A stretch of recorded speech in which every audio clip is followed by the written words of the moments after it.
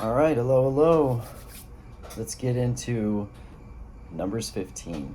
This is kind of a review. We're going to go back over some of the offerings from before. So the commentary will have a lot of references, I'm sure, from Exodus, Leviticus, where they already talked about these. But every chapter, that's what we're doing on this channel. Verse 1, this is the supplementary offerings. The Lord said to Moses, "Speak to the Israelites and say to them, after you enter the land I am giving you as a home, and you present to the Lord food offerings from the herd or the flock, as an aroma pleasing to the Lord, whether burnt offerings or sacrifices, for special vows or freewill offerings or festival offerings, then the person who brings an offering shall present to the Lord a grain offering of a tenth of an ephah of the finest flour mixed with a quarter of a hin," these are the measurements, "of olive oil. With each lamb of the burnt offering or the sacrifice, prepare a quarter of a hin of wine as a drink offering. With a ram, prepare a grain offering of 10 tenths of an ephah of the finest flour mixed with a third of a hin of olive oil, and a third of a hin of wine as a drink offering. Offer it as an aroma pleasing to the Lord. When you prepare a young bull as a burnt offering or sacrifice for a special vow or a fellowship offering to the Lord, bring with the bull a grain offering of 3/10 of ephah and of the finest flour mixed with a half a hin of olive oil, and also bring half a hin of wine as a drink offering. This will be food offering, an aroma pleasing to the Lord. Each bull or ram, each lamb or young goat is to be prepared in this manner. Do this for each one, for as many as you prepare. Everyone who is native born must do these things in this way when they present a food offering as an aroma pleasing to the Lord. For the generations to come, whenever a foreigner or anyone else living among you presents a food offering as an aroma pleasing to the Lord, they must do exactly as you do. The community is to have the same rules for you and for the foreigner residing among you. This is a lasting ordinance for the generations to come. You and the foreigner shall be the same before the Lord." Jews, Gentiles getting along, because they're supposed to be priests unto the world, blessing unto the world, teaching, spreading, shining their light on a mountain for everyone to see the proper way to live. The same laws and regulations will apply both to you and the foreigner residing among you. The Lord said to Moses, "Speak to the Israelites and say to them, when you enter the land to which I am taking you, and you eat the food of the land, present a portion as an offering to the Lord. Present a loaf from the first of your ground meal, and present it as an offering from the threshold floor. Throughout the generations to come, you are to give this offering to the Lord from the first of your ground meal." So before I dive into this, I'm sure if you're a bear and you're watching this, you're kind of into homesteading in a little bit, at least slightly. It's kind of funny to me, not that I'm a hoarder or greedy person at all, but you do kind of get into this addicted mindset of like using everything. The scraps from the meal go to your chicken, to the compost, everything. You don't want to let anything go to waste. And part of me, not like, it's like the voice Owen talks about, is that thinks of this offering as like a waste, but in reality it shows not only, it's like putting into practice your gratitude and your faith. We've talked about the offering so much before, so I'm not going to dive deep into it, but when you make this offering, it's like saying, I trust that you're going to continue to provide. Because if you hoard it, you're planning on like there being a hard time real soon. But in reality, if you make the offering, it's like showing that you have faith that the Lord will continue to provide. I also see the connection between, a little bit of wine and, basically the flour and the olive oil. It's like communion, and it's funny how you have to have the exact amount for each ram or each bull or each thing that you bring. It's almost like a complete prepared meal, the drink, the bread, the meat for each animal. I find it fascinating how we don't, in a lot of churches, talk so much about what the communion is, that we're literally being prepared to commune, to interact, to be a people, be the bride to the bridegroom Christ. Like we're being invited to a meal. One of the parables is a great party Jesus talks about a great party the master's trying to invite people to, and people they invite doesn't come, so he goes out and just invites the peasants basically in the area. And that's where the communion is. It's like commune with your Creator, to sit down with Christ and discuss and talk with him. And it's like Big Bear with his chats and how he grooms them. That's the same thing going on here with whether or not we go into heaven, whether or not we're going to become people of God. Are we type of people that God would want to commune with, that God would want at his party? He's a very welcoming guy, but to me, that's how I see it. Let's see what the Enduring World Bible says.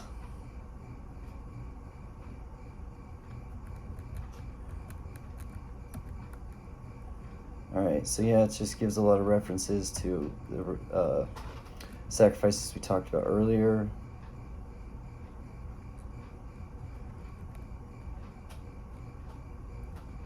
So the phrase is sweet aroma to the Lord. The phrase is repeated for the sacrifice of lamb, ram, and the bull. In Leviticus, the phrase is repeated often as a description of pleasing or successful sacrifice.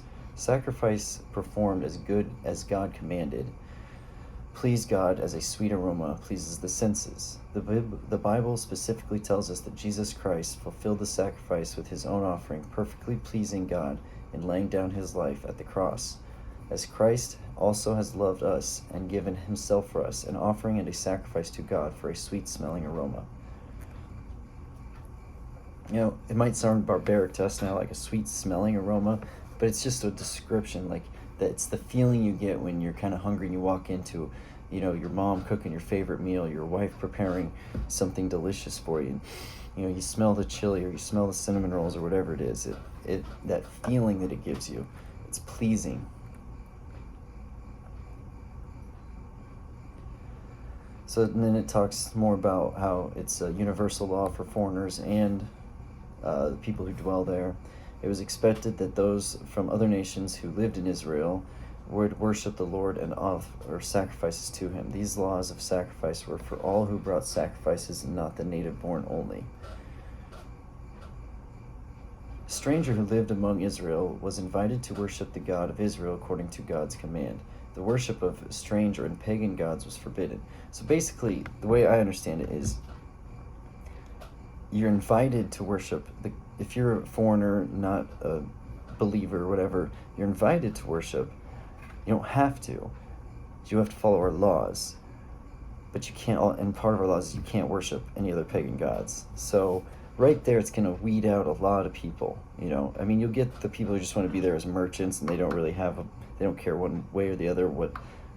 They don't really believe in their pagan god anyway, so they just won't do it, or they'll do it just to get by. But it keeps, I can't remember the phrase Big Bear always uses, but it's guarding the gates. It's keeping the riffraff out, because even if they aren't true believers, they're not going to be pushing their pagan worship in your area. All right. Offering for unintentional sins. I just have to say this before I go on. I'm an elementary PE teacher, and it's so funny to me. I'll call a foul, and a lot of kids, 4th, 5th, 6th graders, they're always like, I didn't mean to, basketball foul. I didn't mean to. And I'm like, yeah, I know, it's okay. Fouls aren't intentional unless they're a flagrant foul. Most fouls are accidents. You're not trying to foul the person. I believe a lot of sins are that way too.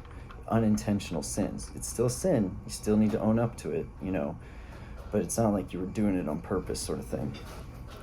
So, verse 22, now, if you as a community unintentionally fail to keep any of these commands the Lord gave Moses, any of the Lord's commands to you through him from the day the Lord gave them and counting through the generations to come, and if this is done unintentionally without the community being aware of it, then the whole community is to offer a young bull for a burnt offering as an aroma pleasing to the Lord, along with its prescribed grain offering and drink offering, and a male goat for a sin offering.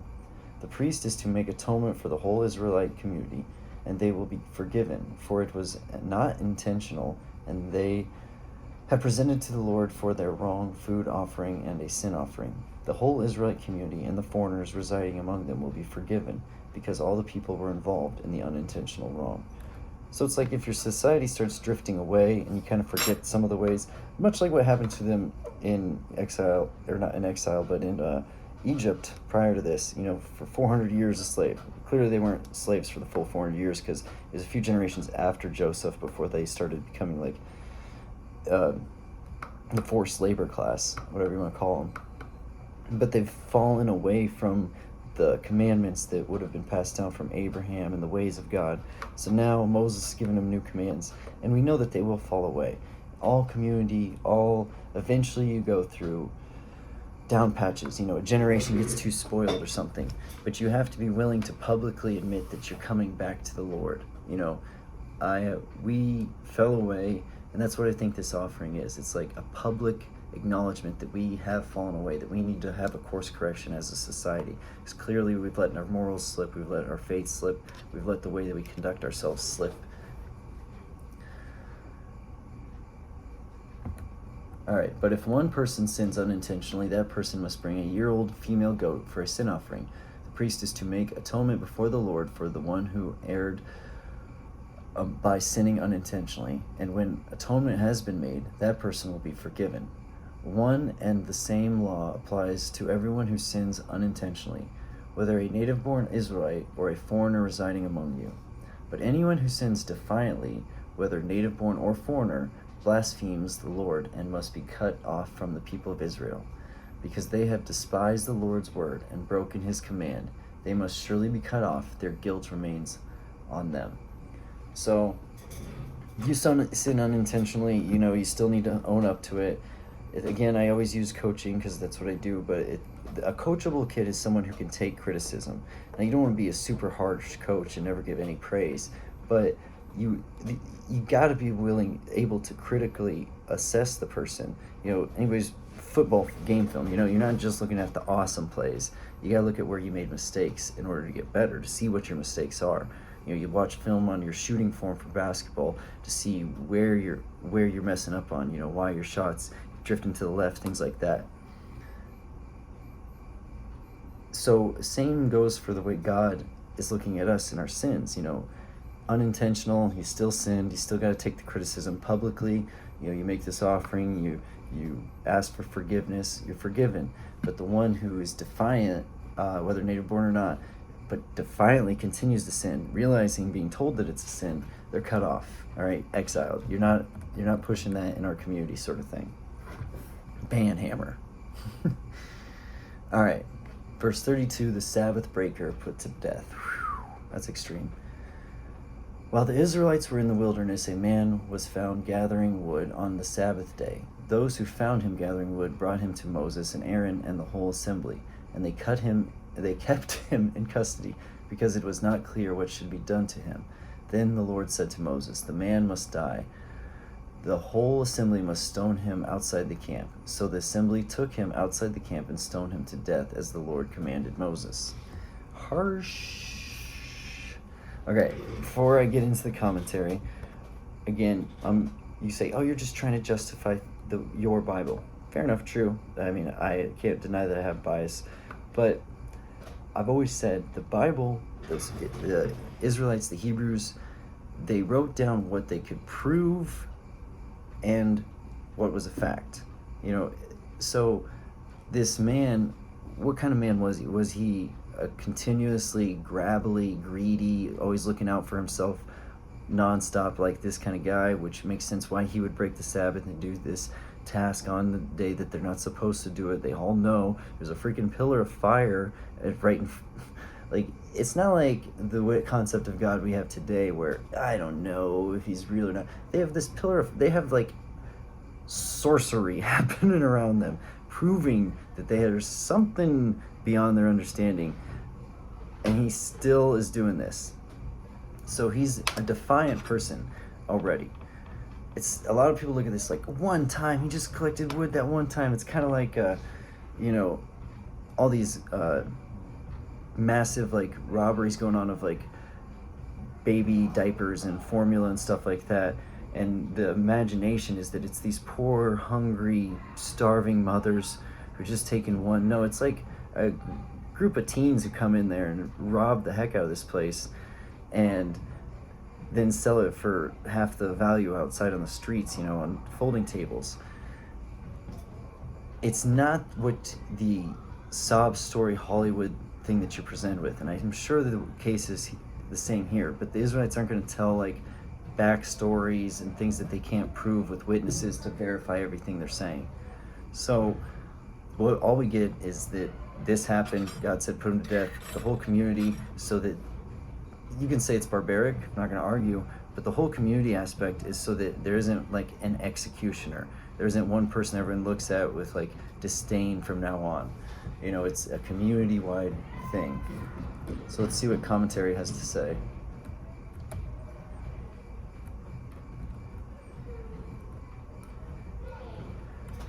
All right, so as far as gathering sticks on the Sabbath, this was an immediate example of dealing with someone who sinned presumptuously. So like we just talked about how they defiantly sinned. It wasn't unintentional. They knew what they were doing. All Israel knew the Sabbath law, but perhaps this man thought himself a courageous social reformer, trying by his example to free the nation from bondage of heaven's law. That's interesting they put that in there. It seems likely that the following story of the Sabbath breaker illustrates the sinning with a high hand means.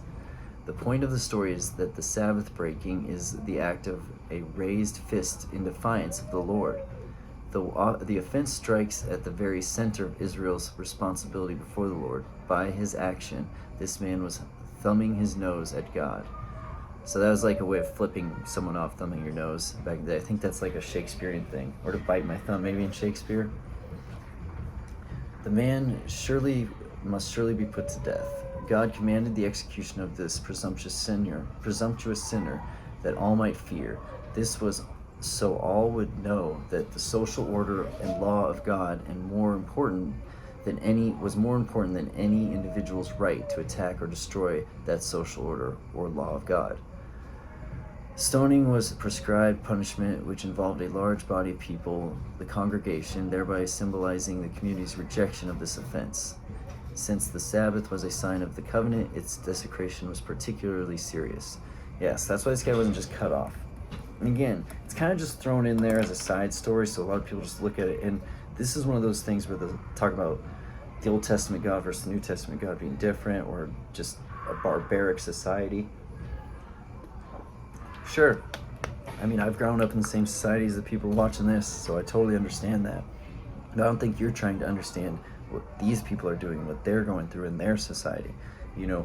Again, this is a wandering training militia / society in the wilderness. You can't have those defiant, thumb at the nose to the law, gonna do it my way type of people in this system. It's just not gonna work. It's gonna cause you guys to collapse before you've even set up a structure or anything. It's like at boot camp, you don't tolerate any sass. And later on in the military, you can give some talking back and everything, just a little bit. But at boot camp, no way. And that's kind of what they're going through here. They're just getting out of 400 years in Egypt. They can't even spend like a week without Moses coming down from the mountain, without worshiping a gold calf, Like, they're not in a good place. They need super hard structure and systems and punishment. That's what I think, at least. All right, last few verses. Tassels on garments. The Lord said to Moses, "Speak to the Israelites and say to them, throughout the generations to come, you are to make tassels on the corners of your garments, with a blue cord on each tassel. You will have these tassels to look at, and so you will remember all the commands of the Lord, that you may obey them and not prostitute yourselves by chasing after the lusts of your own heart and eyes. Then you will remember to obey all commands and will be consecrated by your God. I am the Lord your God, who brought you out of Egypt to be your God. I am the Lord your God." That sounds corny, and I always think they're kind of lighting a loaferish, but remember those WWJD wristbands? That's what this reminds me of. It's like, you're about to drink alcohol legally in high school, and you look and you see that wristband, like, that's kind of like what they have with the tassels, in my opinion. It's the same concept. Not that I am great about avoiding sin, but I just always think that's kind of lame. I'm sure it works. talking sass to anybody like who wears those sort of things, if it actually works. Perhaps a blue thread was commanded because the Ark of the Covenant was carved with a blue cloth, was covered with a blue cloth. Blue curtains adorned the tabernacle, and blue was part of the high priest's garment. Blue as a color was associated with holy reminders. Yeah. The blue cord was a symbol of the deepest truth in their national life, that they were under the direct government of heaven. Every time the eye rested on the simple sign, the heart was to be reminded of the sublime truth, of this sublime truth. All right. So, Numbers 15. Unintentional sin offerings. You have to be willing to admit to your wrongs. You have to be willing to be critical of yourself and allow others to be critical of you. Not overly, obviously, but you got to be willing to take criticism, especially from like your community at large or from like community leaders. Supplementary offerings. To me, it's describing the communion. It just reflects back to that. That song, I Can Only Imagine. I imagine heaven based on all the scriptures that we have about, the tabernacle and it's set up in Christ and communion, all this stuff I think it'll be a lot like a dinner party. I mean, not like a fancy one, but like a family one. You get together with your family for Thanksgiving and you have a family you like or your friends that you like. That's what I see it being like. The Valhalla of the Vikings to me isn't far off. Now, how they say you get there and is not what I believe. Valiant death and killing and all this stuff. But the idea of, feasting with the gods, that's how I see heaven based on the way that it's described all throughout the Bible and prophecy is we will commune with our Creator. We will sit down with, our Master and Lord and be able to have a feast with Him. Who's the paralyzed son of Jonathan, David's good friend, Mephibosheth. Oh, he's got a weird name. But Jonathan was Saul's son, and so Jonathan would have been the next king. Saul and Jonathan both die in a battle. David ends up becoming king, and while I think while like the city was being invaded, or Jonathan's palace or something, his son Mephibosheth was dropped and like paralyzed from the waist down. So David invites him and lives back in his household with him, with the king, and sits down for feasts with him and all this stuff, basically a member of his household. That's how I see this being. It's like the king is inviting us to be a member of his house, and we will sit and feast with him and commune with him and be able to, I used to sound super corny, and I was actually a popular kid, don't get me wrong, but after practices in high school, my older brother and sister moved out to go to college. My sister, the last one, moved out before me, right before my freshman year. So all through high school, just me and my parents and I. And I remember the nights that I didn't have games or a meet or something, we would sit down and eat dinner together and like talk for hours, sometimes all the way till bedtime. And it was awesome. It was great. I love my parents. I loved our discussions. They're, intellectual people, challenging thinkers. And that's how I imagine God is kind of talking to us as far as the communion, the offering, the supplementary offering adds to my belief in that, how you're always preparing this meal for the Lord to purify yourself, to go to the table before the tabernacle, and, with the showbread and all this stuff. Anyway, maybe you agree, maybe you don't, but that's what I like to think. Anyways, have a wonderful afternoon, evening, or good night. God bless.